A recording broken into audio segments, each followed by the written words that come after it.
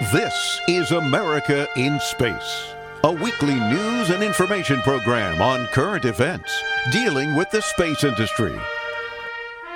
Welcome, and thanks for joining me today. I'm Dawn Meyer, Space Coast News Editor. In the past, NASA has relied on radio signals beamed through its Deep Space Network to transmit data from deep space probes back to Earth. Now, NASA will be using lasers to evolve how the agency communicates between spacecraft and between the Earth and the Moon. In fact, the Artemis II astronauts will be testing out laser communications around the Moon to enable faster transmission of images and video. Lasers have the ability to vastly increase the amount of data that spacecraft are able to send, and NASA's ready to send that technology around the Moon with Artemis II. The Orion Artemis II Optical Communication System, or O2O, terminal will be on the Artemis II mission, the next crewed mission around the Moon.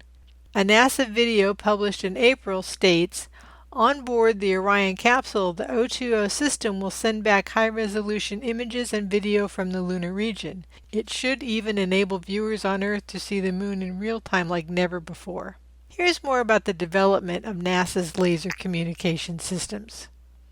The International Space Station's new terminal, Illuma-T, will use laser communications to demonstrate an enhanced way to transmit data.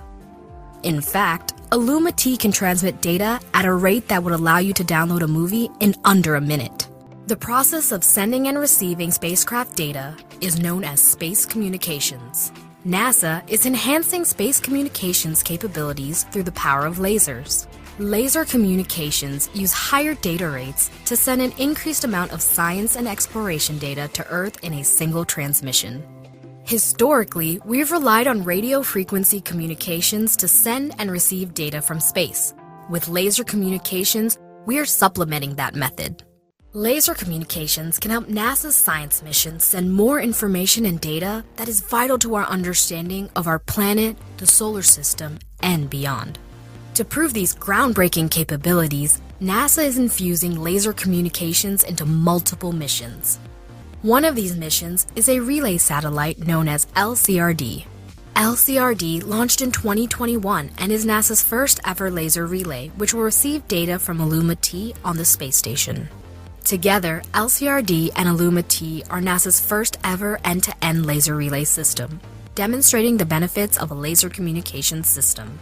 Laser terminals are ideal for missions like the space station because they are typically smaller, lighter, and more efficient than comparable radio systems. In 2022, NASA launched another laser communications mission called T-Bird to demonstrate 200 gigabit per second data rates, a record-setting rate for the agency. T-Bird is a small satellite. It's only the size of a tissue box. And soon, NASA will launch a laser terminal on Artemis II, a crewed mission to the Moon. On board the Orion crew capsule, the O2O system will send back high-resolution images and video from the lunar region. Illuma-T, LCRD, T-Bird, and O2O are only the start of how laser communications are paving the way for advancing our scientific discoveries. NASA is infusing lasers to further advance our communications capabilities from the International Space Station today and to deep space in the future. With the laser communications, we'll be able to see lots of live or nearly live crew updates with the amazing background of the lunar surface visible in Orion's windows. I can hardly wait. Thank you for joining me. Remember each Tuesday to join David Denault for America's Return to Space, and join me every Friday for America in Space. From the Florida Space Coast, I'm Dawn Meyer, Space Coast News Editor for About Space Today. Thanks for listening. Be sure to share our program with your family and friends and follow us on Facebook.